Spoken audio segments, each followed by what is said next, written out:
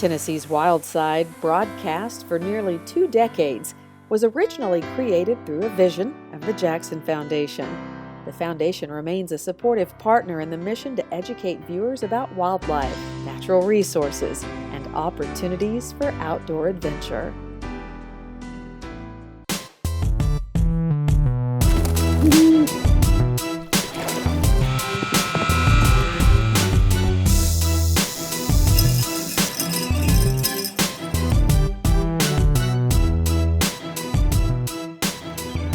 Hi friends, welcome to the Wild Side. I'm Steve Hall. Some think they are really cute, while others compare them to large rats. Whichever one you choose, these playful members of the weasel family are native to Tennessee. But there was a time when it was difficult to find even one. So a team of TWRA biologists led the way to restoration.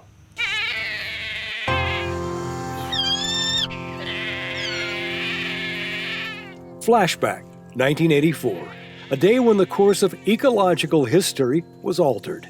There wasn't a lot known about river otter at the time that we did these reintroductions. They had been pretty much not only eliminated in Tennessee, but they were very rare over most of the United States. The voice you just heard is from the man you see here, with dark hair and glasses. Wildlife biologist Bruce Anderson was part of a team that released the first otters back into the Tennessee ecosystem nearly 4 decades ago. We just brought them down here, some of us that worked for the Wildlife Agency, and turned them loose. And we're keeping our fingers crossed that they would make it and do well, and we're very, very happy that they did. Their actions played an important part in saving river otters from an unnatural disaster. I hit a window of opportunity, I guess, where we were trying to restore a lot of threatened and endangered species, and the river otter was one of those. Fast forward, Bruce Anderson has returned to a place he's come to love, the Catoosa Wildlife Management Area on the wild and scenic Obed River. This is where he and his colleagues introduced those first otters way back when. We had some problems with a lot of invasive fish like carp that were competing with a lot of our game fish, in fact, eating the eggs and so forth.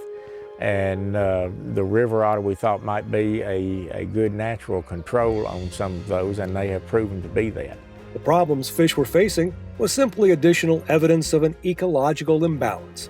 Pollution and loss of habitat had become modern problems that played a role in the disappearance of otters. But their struggle for existence had started much earlier. Their fur is a very luxuriant fur, a very dense, thick, warm fur. So they are a very valuable, were a very valuable fur commodity for fur coats and things of that sort. Back in the early days of white settlement in Tennessee, river otter hides were the premium hide on the fur market. And a lot of public executives, in fact, were paid in river otter hides.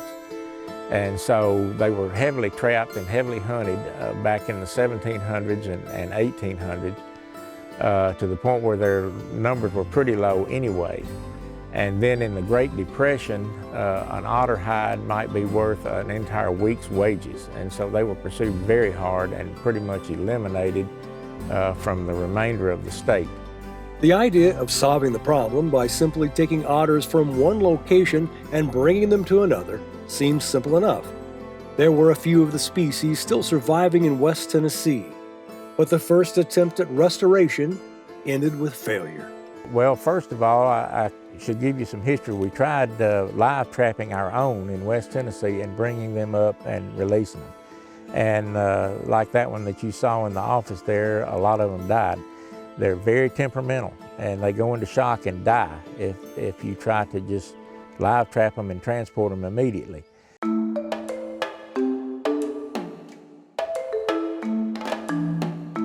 A little like this otter that seems confused about what to do next, the TWRA team of biologists had to reevaluate their actions. Taking a tip from successful restoration in Missouri, wildlife officers in Tennessee went to Louisiana. We heard from Missouri about a guy in Louisiana who ran a place called the Bayou Otter Farm. His name was Leroy Seven, his wife was Diane, and they ran it together. And they had figured out a way to live trap otter, hold them in captivity until they got used enough to people so that you could transport them. So now, better informed and educated, Bruce and his colleagues were ready to give the project another chance. We decided to start here on the Obed River with 6 river otters, 3 males and 3 females. And we implanted radio transmitters in their abdominal area and released them here at Potter's Ford where we are. And we tracked these, radio tracked these animals for about 18 months and found out that they did just wonderfully. The population here tripled or quadrupled over just a couple of years, and then after about 3 or 4 years, it declined again, and we believe that that is the result of the dispersal of otter that had exceeded the carrying capacity of the river here, and they did what we hoped they would do, is expand into other areas. Soon it became a matter of routine to transport the otters from southern Louisiana to Tennessee. We would carry them back, either air flight them up in the state plane, or if we had a big load, we would have to go down in trucks, and we would put them in they would be in wire cages, and we would bring them up here.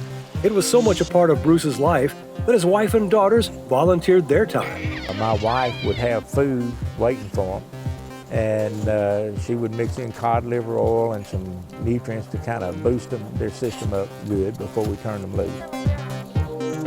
Our first introduction was in 1984, and because of the success of that introduction, we found out that the otters seem to do best in these medium-sized streams, such as the Obed River. So over the next 10 years, or 9 years I guess it was, we stocked not only the Obed River, we did supplemental stockings here. We also did Big South Fork, Caney Fork, we did the East Fork of the Obie River, and we did the Sequatchie River. And those are the main river systems that we have on the Cumberland Plateau that are medium in size. We have otter that are being found in the main reservoirs like Watts Bar, but they prefer these smaller, medium-sized streams and swampland where there are beaver. Other states across the country have done the same kind of restoration. From the perspective of the Tennessee Wildlife Resources Agency, the project has been a great accomplishment.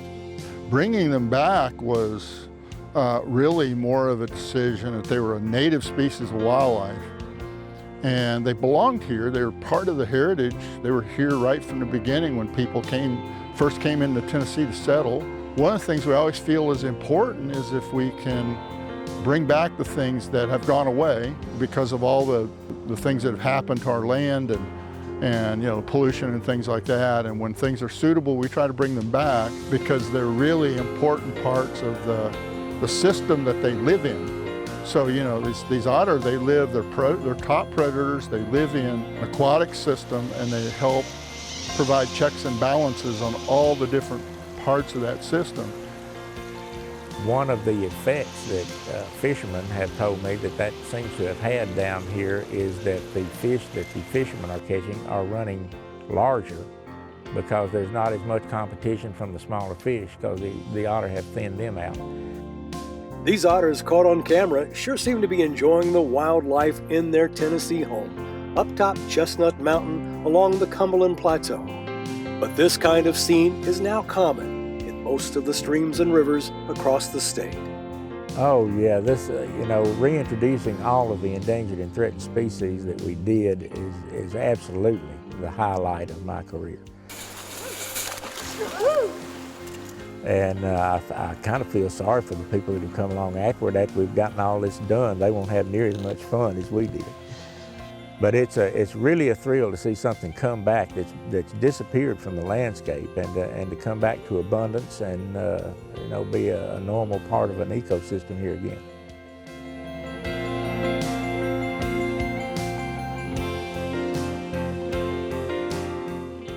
TWRA does get complaints about otters, They will eat the fish in a small farm pond or even a hatchery given the opportunity, and they've been known to damage boats and docks. But the agency also gets complaints about turkey, deer, and even rabbits. Roger Applegate, a biologist with TWRA, says he believes that otters do a lot more good than harm. Humans are the only predators of otters, and that's why TWRA schedules a season during most of the winter months. You can get more information from their website on the exact dates. And you can check our website, wildsidetv.com, for more information on all the stories we do on our show. Tennessee's Wild Side has been a presentation of the Jackson Foundation in association with Rockwater TV.